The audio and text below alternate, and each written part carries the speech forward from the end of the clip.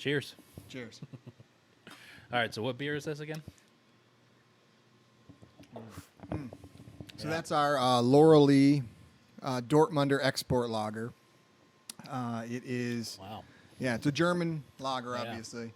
It was one of our launch beers. We had 10 beers when we opened, and that was one of them. It's one of the only ones that's still on that is that was there originally. Yeah. So Dortmunder Export is one of my favorite lager styles. It was actually the first lager that I ever sat up and said, "Oh, this is really good."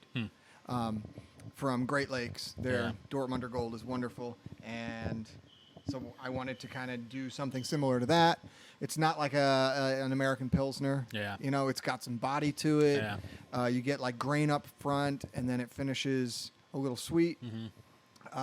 But it's not heavy. Yeah. It's only 5.5, so you're getting a lot of flavor. Yeah. A lot of bang for your buck. The finish on that, I've never had a beer like that before, honestly. It's kind of like it finishes a little fruity at the end. Mm-hmm. It's really good. Yeah, I like this one a lot. Yeah. I started, maybe 2 years ago. I think it was during the pandemic. I did a lot of dumb stuff during the pandemic. Not dumb stuff, but just maybe not waste of time stuff. I took a real estate course. Oh, wow. Like did that entire 70-hour, whatever it was. Never sat for the exam because exams weren't open. So like you couldn't, you had to go in person to take the exam to get your license, but they weren't open yet. By the time they did open back up, it was like a couple months later, and I never went and sat for it. Right. I also started the Cicerone course. Oh, I did something like that. Oh, really? Yeah.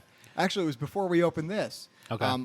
I have a friend in Buffalo who is a BJCP judge. Okay. And he set up this online course with 3 guys from Buffalo and then me. And it was like it was a predecessor to Zoom. We would get on Google Video every Monday night, and we would try every single different. It was weeks and months, and we would try every single style of beer in the beer judge certification program. Wow. So I was making a lot of runs to beers of the world, and so we'd have a theme for the night. It'd be like we did an Australian beer night where we got an example of sparkling ales from Australia and things like that. That's really cool. And then we'd drink them via not Zoom, but Google Video, and we'd talk about what we noticed. We had the little forms to fill out, and it was really interesting. And I'm glad I never sat for any of the exams either. Yeah. But I'm glad I did it because I've had all these different styles of beer now, and I can, and there's nothing official or anything, but I can go, oh yeah, I remember the Australian sparkling ale. It's light and crisp and fruity, and I can tell the difference between that and a Dortmunder Export Lager. Yeah, and it's just interesting. That's really cool. Yeah, when I first started, I was going through, the first level, it's mostly history. And so I would then we have this great bottle shop in Syracuse called Branching Out Bottle Shop. Oh. And so I would go there and just walk through the aisles and just look at beers, look for different styles, be like, I just read about that. And I would grab it and then take it home and drink it and be thinking about the history of what I just, especially, a Bach, right? So it was a lot of fun. I enjoyed it. I did it. I don't think I took the test for the first level, because that's all online. And then that was 2 years ago. I haven't looked at it since or thought about it until now. Yeah. So we were talking before the podcast started. So you've been home brewing for 10 years, right? Yep. And tell us a little bit of the story. So you're home brewing. You're a teacher. Sure. Yeah, I'm a teacher during the school year. I got my first home brewing kit. God, I don't know, 14, 15 years ago. My wife gave it to me. Yeah. So this is all her fault. And because she told me, you drink a lot of beer, why don't you make it? Yeah. So, we made it on my stove. I started with extract kits from like Northern Brewer and different places. Used to buy them at Sunset and hydroponics store that also has beer stuff and beers of the world. And it was great, and I only had a couple of explosions. So, it was a success. And it was just it was a lot of fun. But, anybody who's ever homebrewed, the first time you drink one of your homebrewed beers and it doesn't give you botulism or make you go blind or something, you think to yourself, okay, I want to do this. Yeah. You know, like professionally. And 12 years later, we started, well, maybe 10 years later, we started planning this place out. Wow. Yeah. So it has been a long ride here. Yeah. Yeah, 10 years and then to this. What was that like when you're working with the owners? And, you know, because you've obviously had this vision, you know, you've ideas for what you want your brewery to be like. So what was that like working with somebody else to kind of make that happen? Was that challenging? Was it kind of like, hey, listen, Nate, you know what you're doing, you're going to take it and run with it?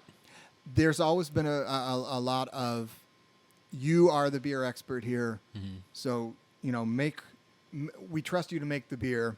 Although there's always, you know, little disagreements. They like to tell the story that when we opened, I was like, I'm never going to make a fruited beer. I don't think I was that steadfast in it. Yeah. But, you know, and now here we That's are. pretty It's fun. summer and we have 4 fruited beers out of 10, you know, which is fine. I got nothing against fruited beer. I really don't. But other than the fruited beer, it really does kind of match up with what I envisioned, because I've always liked lots of different styles of beer. Yeah. And that's one of the things we kind of strive for here. Like I said, summers are a different animal. Yeah. You have a higher rate of people coming in, and you got to keep the lights on, and you got to brew what they're going to buy, which is fruited sours and New England IPA. Both styles that I enjoy, Yeah. just for the record. But, you know, the fall is kind of that's because I get the maltier stuff, the brown ales, the porters, the stouts, Yeah. the rye ales, as well as some fruited stuff. But, yeah, I always kind of envisioned lots of different things because I wanted people to experience beer that they hadn't had before. You know, I think thanks to the craft beer revolution, we've been able to do that. But, you know, growing up, I remember my dad drinking OV splits and, you know, things like that. And that was like the weird stuff because he didn't like Budweiser. He Oh, didn't really? Oh, yeah, no. Because no. you were saying you grew up in Baldwinsville. Right, yeah, and there's a gigantic Anheuser-Busch plant in Beeville. Yeah. And the sign is so big that it faces away from my house, and it's miles and miles away, but it would light up the sky red.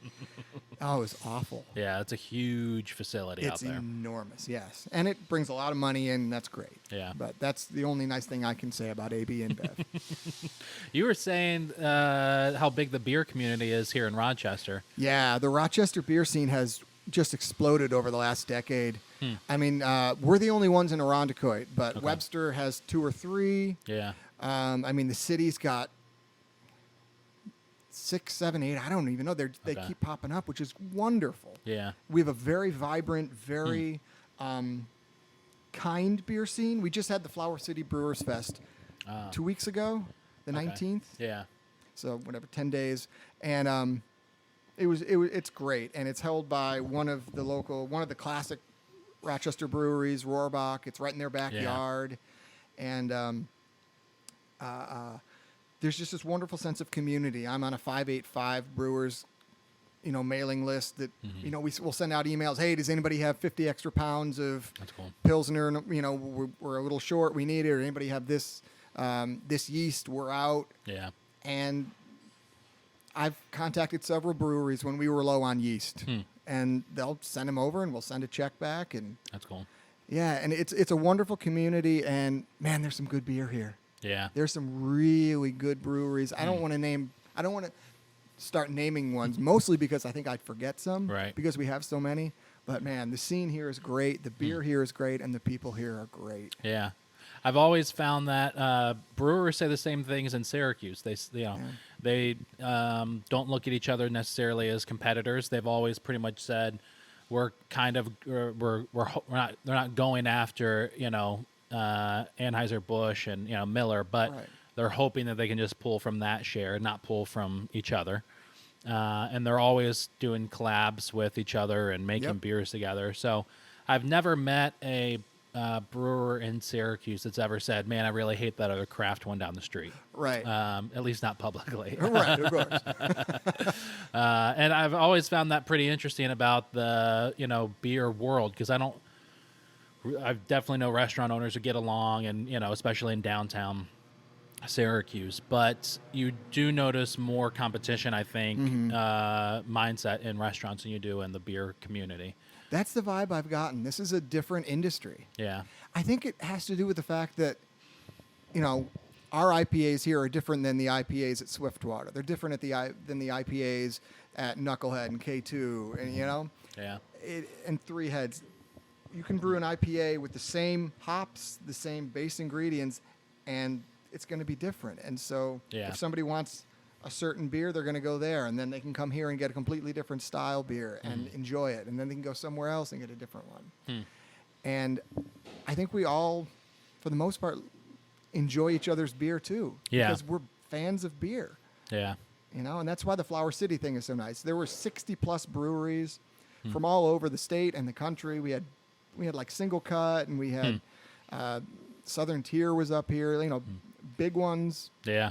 And then we had little 3-barrel operations from here in Rochester. Yeah. We had some Syracuse ones. Yeah, I think Buried Acorn was here for that. Yeah. Yep. I think at least one other Syracuse one. Okay. Yeah. Well, how big is your system here? We have a 5-barrel system, but we push 6.5 through. Okay. Because our fermenters are slightly oversized. Okay. Like most are. Yeah. But so 5 barrels. And are you selling just on site, or do you do wholesale? We actually just sold our first kegs to this really cool place here in town called Swillburger and the Playhouse. Okay. They make like cool hamburgers, and then they have arcade games. Oh, cool. And it's one of those places, and it's awesome. And they have an incredible tap lineup. Huh. And we just sold some of Laura Lee, actually. They asked us if we had any extra Laura Lee. Wow. And we did, because we do our lagers in 10-barrel batches. Okay. Because it takes so much longer to make a lager. We figure, let's make double. Yeah. And so we do those in 10s, 2 in the same day, which makes for a very long brew day, but it's a lot of fun. And we've sold to them, and that's other than that, we have 4-packs to go, crowlers to go, and that kind of thing. Yeah. What's it? Do you have your legacy beers that are just on all year round? We have a couple. I'm glad you didn't use the F word, flagship, because that's like a no-no in the industry, or it was for years. I don't know if it still is. I've never heard that before. For some reason, I've always just called it legacy beer. Yeah, I like legacy. That's that's a nice spin. As an English teacher, I appreciate the connotation associated with that. We do. Laura Lee is actually a legacy that's been here. Red Girl Rye, which is very near and dear to my heart. If I can do a little aside, and we'll come back to the legacy thing. So Red Girl Rye is named after my daughter, who's a redhead. Okay. At our old house, before we moved, we grew Chinook hops on the side of the house. Oh, wow. And she would help me water since we have pictures of her as a little infant in my arms, and I'm watering the hops with her there. And then so we'd water and tend. We did it for 6-7 years. Wow. We'd water the hops, tend them, harvest them together, dry them, and then brew a beer with it. And we have pictures of, we had a six progression years of her as an infant with me with the spoon at the stove. And then over the years, she got bigger and bigger, and then she had the spoon. And so it's her beer. She's a redhead, and it's a regular rye ale. Okay. And a rye is a low color. Yeah. So I add a little bit of dark malt, just a hair, to kind of try to dial it into her hair color. Huh. Yeah. So that's one of our legacies. That's in cans as well. Okay. With a great picture of her on the front that nice. my artist buddy did. So those two are legacies. I think we have a porter that we opened with, named after my mom, actually. But it's tough because our beers have changed a lot since we've opened. Yeah.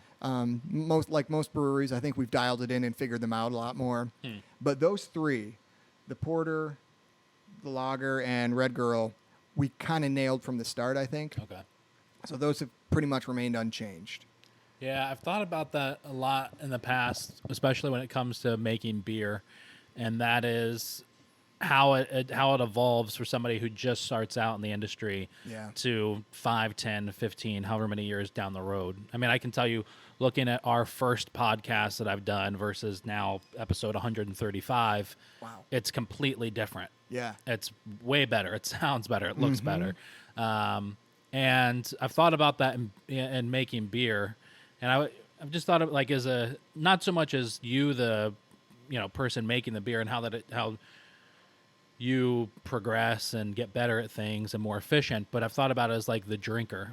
I love craft beer, but I've never, and I've gone into some breweries and I've had like their legacy beer on one day or one batch, and I'm like, hey, this is great, and then I go back later and it's a different batch and it's not that great, and I've often wondered how that's how that's happening, how that's progressing, and the regular customer how they notice those things. I would say consistency from batch to batch is one of the toughest challenges I think we face. Yeah. Just because you might have a different malt, just slightly different malt, Yeah. or the conditions outside are Right. different, or you had to leave it in the tank for an extra day, or the hops you got had a lower alpha acid, so it came out a little less hoppy, or it had a higher alpha acid, so it's a lot hoppier, which we've had actually. Yeah. Yeah, the Red Girl Rye, actually, the one in cans right now is a different batch than the one on tap, Okay. and the one in cans is hoppier, just because the hops we got in, I didn't notice till after we'd added them that they had a much higher alpha acid, and I was like, oh no. Yeah. But it worked out. It's the same beer, but just like a different variation of Yeah. it, Well, that's I've years ago I heard of it. There was a brewery who they had just started out. The brewer was like first job ever making beer, and they made a beer and they messed it up so it had gone sour, and so they just pitched it as a new sour on the menu. Yep. That is yeah, I'm not going to mention specifics, but it's not unheard of. I'll Yeah. put it that way. Yeah, Yeah. it's wild. It's Happy accidents. That's yeah. what we call them. Yeah, we can still sell them. That's what we call it. Yeah.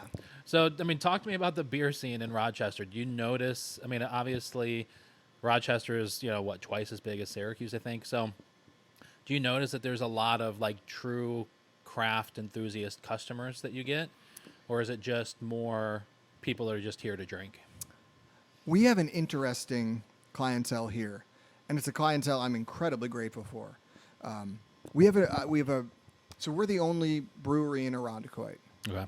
and Irondequoitians are very, very proud to be Irondequoitians, as they should be. And so they tend to patronize local establishments in full force. Yeah. And I'll tell you, that was something that got us through the pandemic. We opened about 6 months before the world imploded, which was scary at that time, Yeah. Nobody quite knew what was going to happen to restaurants, to bars, to breweries. And people came out and supported us. That's great. Our customers, our patrons came out, and so we got a crowler machine about 3 weeks before the world imploded. And like as soon as that March 13th, 20th hit, you couldn't find a crowler machine. Yeah.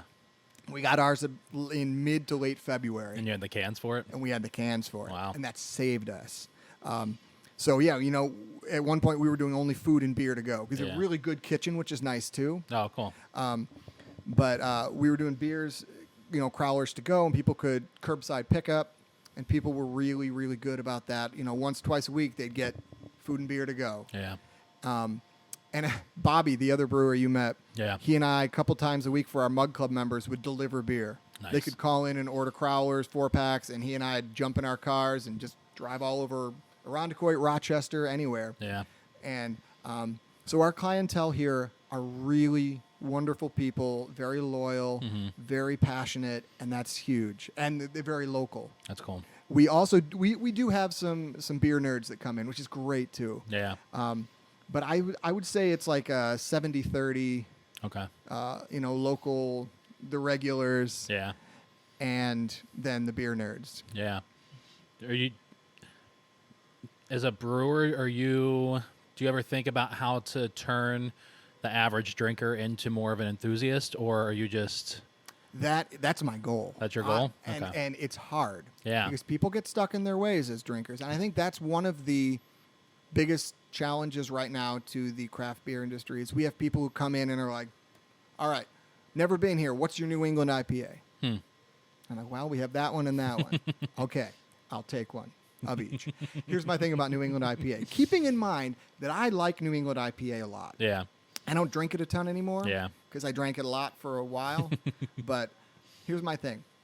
If you make a New England IPA, it will sell. If you make a good New England IPA, someone will come in and have 3. If you make a bad New England IPA, someone will come in and have 2. And Yeah. yeah. Yeah. And so we do. We get you have legacy beers. I think you also have legacy drinkers who come in and want, they come in and they go, okay, whatever the New England is on this week, I'll take one of those. Whatever your fruited sours are, I'll take a couple of those. And that's great because they're coming in. Yeah. And then they're enjoying beer, and that's what this is all about. Right. I hope that people will come in and go, okay, you know what? Today I'm going to get a flight. I'll get my New Englands, and I'll try a couple other things that I've never had. Yeah. And I'm hoping that they'll try something, a style that they've never had, and then go, ooh, that's a nice change of pace. Next time I come in, I'm going to have 2 New Englands, but then I'm going to have a brown ale. Yeah. That's interesting. And that's kind of my goal as a brewer is to introduce other people to styles. Yeah. And then hope that they latch onto them. Yeah. I mean, so I've been, just drinking beer for a while. And now that we were talking beforehand, you grew up in Baldwinsville, and I'm now running the bar program at Abbott's. And bringing in, I think I have 12 different breweries represent. We only do cans. We don't do tap, but we do have 12 different breweries from around New York. That's from great. Lake Placid to a lot in Syracuse. We have a farm license, so there's only certain stuff I can get. Yep. And I think I have 17 different beers in there. And I love watching somebody look at cans and then me being able to direct them based on the story of the brewery or the beer. Yeah. We have a place back home called Underground Beer Lab. And okay, yeah. I think maybe they've only been up for like 2 years, maybe year or two. I forget exactly. And they're in the middle of like this industrial park. You would never know that there's a brewery back there. But they are putting out like the most sought after IPAs in Syracuse. Really? Yeah, without question. There's some of the more expensive beers to buy. I think I pay, I won't say that on camera, but I pay the most for their cases. Yeah. I can only get a certain amount because it's a small space. Like I can only get, I think, 2 cases a week. But they are some of the best IPAs in Syracuse without question, and people just go crazy for them. So me being able to have that story and say to somebody, hey, that's an expensive beer, but it's hard to get. They just grab it. Or talking about, hey, buried acorn, just whatever it is. Having the story about the brewery is really interesting to be able to sell the beer to people, to customers, and see somebody walk up who doesn't know anything about it. And especially, I find myself saying to them, well, what do you drink at home? In the beginning, the first month, I would say this beer and that beer and go through like for 7 minutes the stories of each. And now I'm saying, what do you drink at home? Yeah. And then directing them. And that's been really interesting. Most of them are saying Labatt. Yep. So. Yep. Yeah, and we get that kind of drinker too, who come in, and we've actually had people come in and go, you don't have Coors on tap? Like, no, man, no. And you can enjoy your Coors. I'm not going to shame you for enjoying your Coors, but you're at a brewery. Right. So we'll point them to this. Yeah. Because it's a lager. It's not super offensive. It's not. Yeah. It's tasty, but it's also, I think it's pretty darn drinkable. Yeah, that's great. But we just have our Pilsner about to come out. It's Go Pils. Yeah. We're a Bills backer for sure. brewery. And that's coming out for opening night. Okay, cool. Thursday in a couple of weeks. And that's going to be kind of the try that because it's it's a German style Pilsner as opposed to an American, but you can fool somebody into thinking they're drinking an American Pilsner probably. Yeah, that's awesome. Huh. You mentioned stories, and I think that's interesting.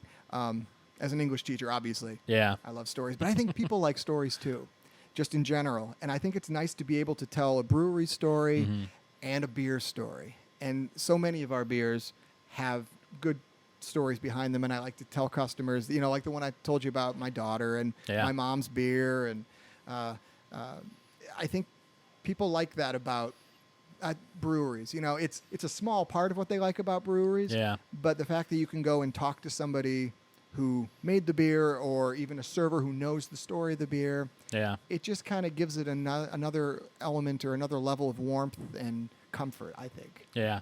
I handle the social media and content creation for Willow Rock Brewing Company in Syracuse. And it's a lot of fun. It really is. It's one of we do it for like 10 different clients back home.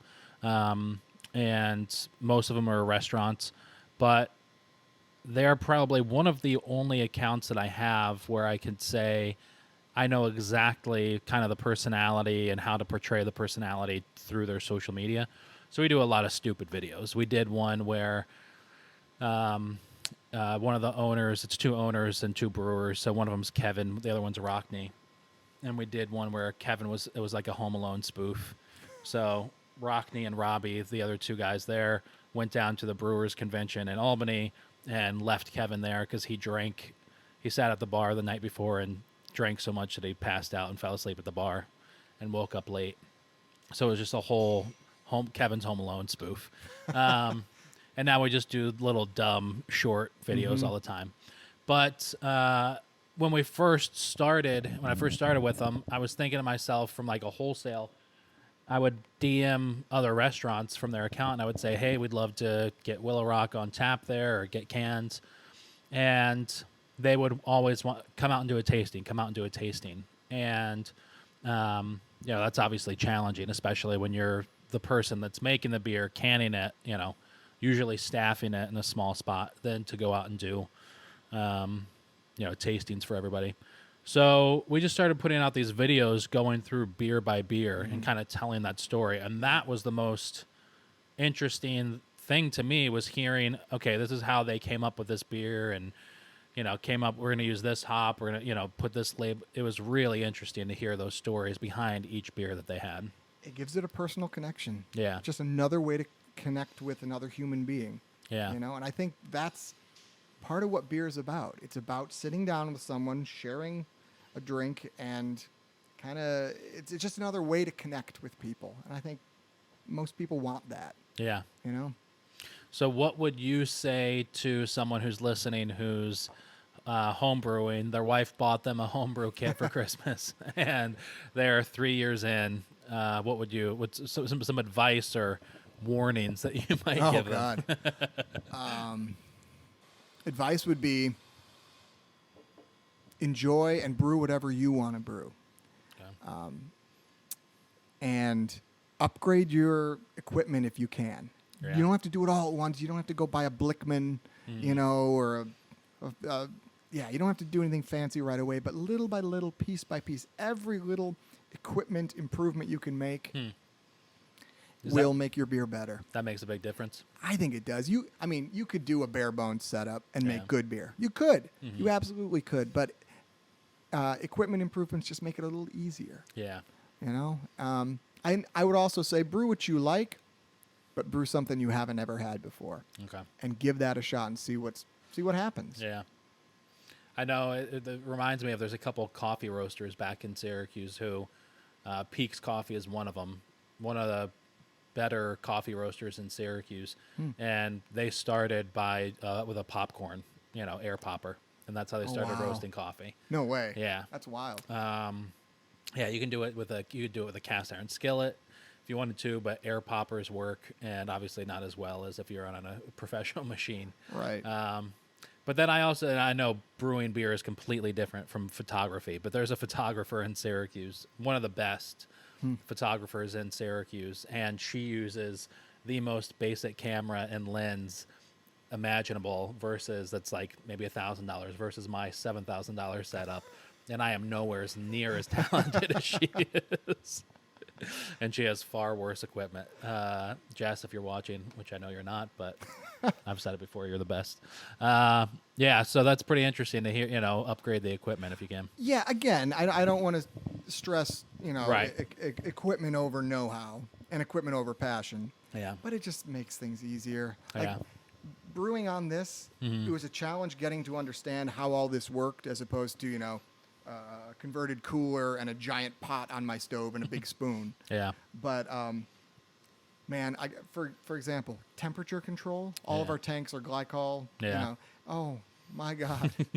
I remember just having to like move my fermenter to different parts of the basement because it might be too hot in that area or too cold. And Yeah. oh, it was such a pain in the butt. How did that happen when you first opened here and had the equipment?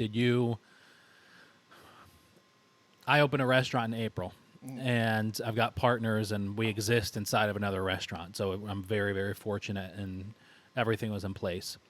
But we spent 4 months testing out. We're a fried chicken sandwich spot. We spent 4 months in their catering kitchen trying to figure out, and I spent a month at home. Are we going to do a chicken breast, a chicken thigh? Are we going to cut the chicken breast? How are we going to bread it? What's the wet batter? Are we going to let it brine? Going back and forth. And that cost us, $5 each time, right? When you're moving in here. Yeah. So when we decided to do this, we went out and got like this. It was called a Pico brew system. It was essentially like a Keurig for beer, kind of. That's oversimplifying it. Basically, I wrote my recipes. I got them into a computer, and it was a machine where you would add the grain. It would mash for you. Okay. Added your hops. It'll go push the wort through the hops. And the reason we got that was so that I could say, okay, good. This is the recipe. And I could do it the same way each time and change little tiny things. And it made like 2 gallons. So it was enough to like bring over to I Square and pour. We poured for community people, excuse me. But the idea was change little things each time and see how it affects the overall beer without the worry about human error. Yeah. Because, when you homebrew, you have to have beer while you're doing it, Right. or it doesn't come out at all. Yeah. And sometimes you have too much beer and forget to add hops or forget to add other adjuncts during the brew, and then your beer's ruined. Not that I've ever done that. I was very responsible. But this way, there was no room for human error because there was no human involved. Yeah. It wasn't fun. Yeah. Brew days were boring as hell. You loaded stuff and you pressed a button and walked away. Yeah. It was boring as hell, but it helped me kind of control things. Yeah. And it kind of pulled me away from being completely hands-on, whereas when we got over here, it's a big jump from 5 gallons to 5 barrels. Yeah. But the company that we got all of our equipment from sent out 3 guys. They sent one out to set the equipment up. Then they sent a guy out to do the electrical wiring and all that. And then they sent a guy out to brew our first 2 or 3 beers with us. Wow. Which was huge. Yeah. Great guy, Jeremy King. He came out. Still talk with him. Still text with him about beer. Great guy. He came out for our 2-year anniversary party. Oh, that's cool. Which is wild, from Michigan, I think, or Wow. Minnesota. Yeah, he flew out. But so Jeremy stayed with us for our first couple of brews, and basically did the dope slap. No, dummy, you're not supposed to be doing that right now. No, you pressed the wrong button. No, you got to close the drain so you're not dumping your beer down the drain. Did kind of that. And so that was really helpful because it was somebody who knew what the hell they were doing, because Bobby and I didn't at that point on this scale, So that was kind of the there were still very big concerns for me about scaling up and figuring out how to not screw up 180 gallons of beer. Because you screw up 5 gallons at home, oh well. Yeah. You put it on tap anyway and suffer through it. Yeah. But you screw up 150 gallons here, and it's not as easy to just kind of dump it, I've said this about the movie Chef, and now, unfortunately, as much as I love the show, and I watched the entire season 3 times, The Bear. Oh, I've heard good things. It's a great show, but and I've heard some industry people, I've talked to some restaurant owners who they're like, I loved that, and then they started making Italian beef sandwiches. And I've talked to other restaurant owners who are like, I don't want to watch what I do every single day, because it is very... That show is very exactly how it's, how the restaurant is, to a certain extent. As much as I love the movie Chef, unfortunately, it put in a wave of people romanticizing the industry. And I'm going to go out there and start a restaurant and open a food truck. And now The Bear is going to do the same freaking thing for the next however many years. there really isn't anything like that for brewers, is there? I mean, the only thing there was a show on Hulu a few years back, 4, 5, 6 years ago, and it was like the entire season. It was like every episode was a different story, human story. And one of them was these two brothers in Chicago who, one of them's a home brewer, and and his detached garage, and his friends are always coming over and getting growlers, and they love the beer, and then they decide on a whim, we're going to open a brewery. And then there's a second episode of them now on this massive brewery a few years later. Other than that, I don't really think there's much that really romanticizes. No, there was a really nice PBS series, and I can't for the life of me remember what it was called.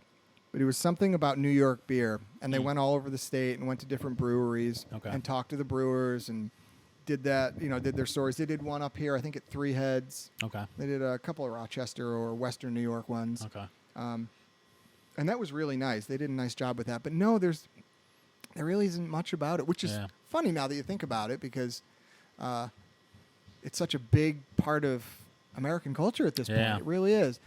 Although I know it's not national. I know there are pockets. Like the East Coast is real big. New York is huge. California is obviously big. Colorado. Yeah.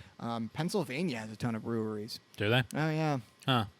There was, I mean, I've got family in Iowa. We've traveled a couple times a year.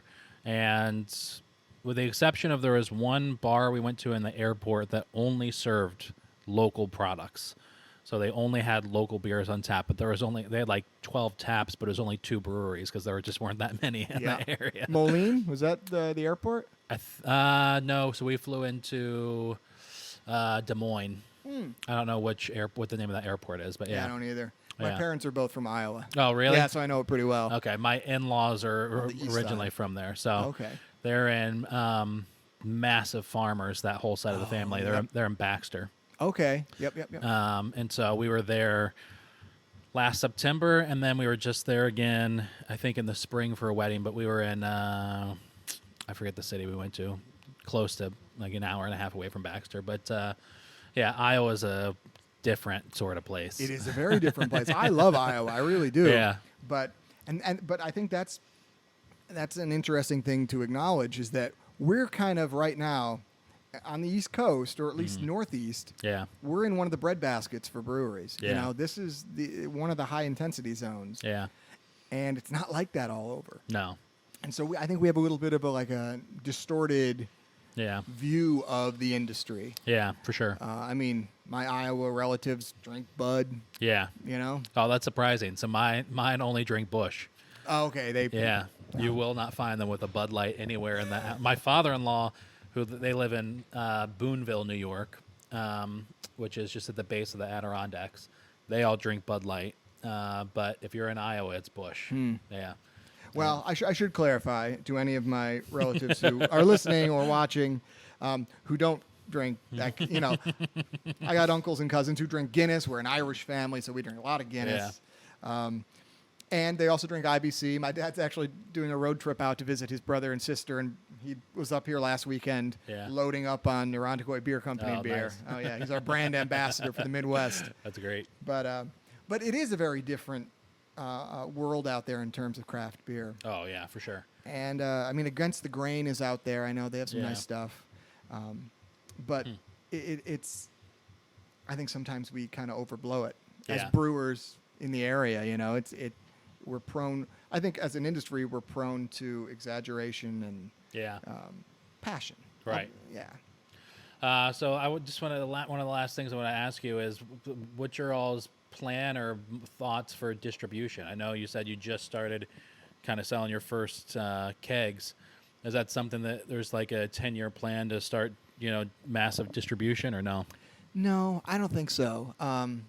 We like being a local brewery. We like being our community's local brewery, and we want people to come here, so then they buy food and more beer. But there are places that are doing the distribution thing, and some of them are just killing it on it. We have a couple right here in Rochester that are getting big and big and big, and they're just planning to get bigger. Yeah, and that's great. I don't think that's our model. That's cool. As a teacher,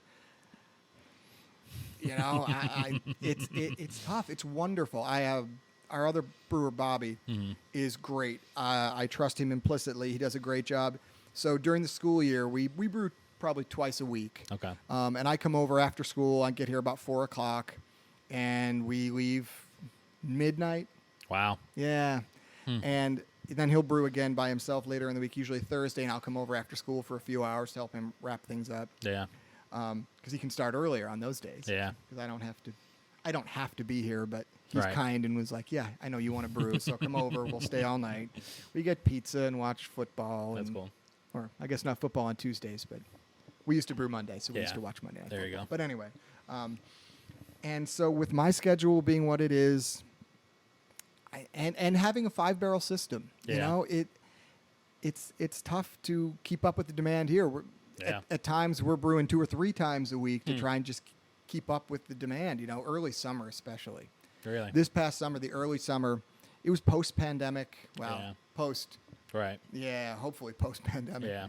And I think people were just itching. You Yeah. know, spring, the nice weather hit, and people were like, we can come out and we don't have to wear masks, and we Yeah. can sit with our friends and stand. And I think people were very excited and Yeah. are still excited. It's, you know, a nice time. But no, I think we're happy. I say this now, and then, you know, in 5 months we're going to re-announce that we're signing, you know, but which I don't think it'll happen. Yeah. I like being this size. Yeah. I mean, I could have done with a 7-barrel system, Yeah. just, you know. But I don't foresee us distributing big. Yeah. It's a pain in the ass. It is a pain in the ass. That's the problem, is that when you're brewing for distribution, you're brewing for distribution. Yeah. A couple places in town I won't mention because they're doing a great job with it. Yeah. They're doing a better job with it than I think I could. You know, Yeah. they have bigger systems, so like 3/5, 60% of their product goes to the distributor Yeah. to send out to Wegmans and bars. And Right. And if you're not doing a massive distribution, then it's not worth it. I try to have these conversations a lot with. I have a lot of these conversations with my buddy Tim from Buried Acorn off camera, and we did one where we were trying to talk a lot about it on camera, but it's challenging because you don't want to shoot yourself in the foot because he does a lot of distribution. Not as much as he used to, but still does a lot. And it is interesting to see breweries who 5 years ago opened and said, all right, we're going to be in every restaurant, we're going to be in every grocery store with cans, and we're just going to massively distribute everywhere. And then today they've realized, oh, the money is in on-site sales. So like Buried Acorn now just opened their 3rd tap room in Syracuse. Wow, really? Yeah, so he Holy second in Syracuse, but they're 3rd. So they have their brew house, small tap room location over by the mall. And then they just opened up one downtown, which now also has a kitchen. Oh. And it's just a lot prettier, a lot bigger. And then they've got like sort of a beer counter, so to speak, at the spot down in Ithaca. Oh. Yeah. Huh. So it's just been interesting to see the breweries that are like, okay, we're not going to make our money by getting it everywhere we can wholesale. We're going to make our money from on-site sales. Right. You know. So, yeah. I think there's a real risk of getting in over your head Yes. with distributors, you know. And I get it. It's yeah. who doesn't want all their stuff, you know, who doesn't want to be able to walk in any bar in your own city or the surrounding metropolitan areas and pull one of your own beers? Yeah. Like Bobby and I haven't gotten into Playhouse Swillburger yet to have a Laura Lee. Yeah. But that's going to feel cool as hell. Yeah, you for know what I sure. mean? But you have to be careful. Yeah. You really do. And I'm much more content just bellying up to the bar here and getting a beer of my There own. you go. Yeah. Well, Nate, thank you so much. I appreciate you taking the time. My pleasure. And Thanks for sitting coming down. up. Yeah, of course. And for everybody who's watching, listening, if you're out here in Rochester, Irondequoit, make sure you stop out, get a beer. Sounds good to me. Thanks, man. Cheers.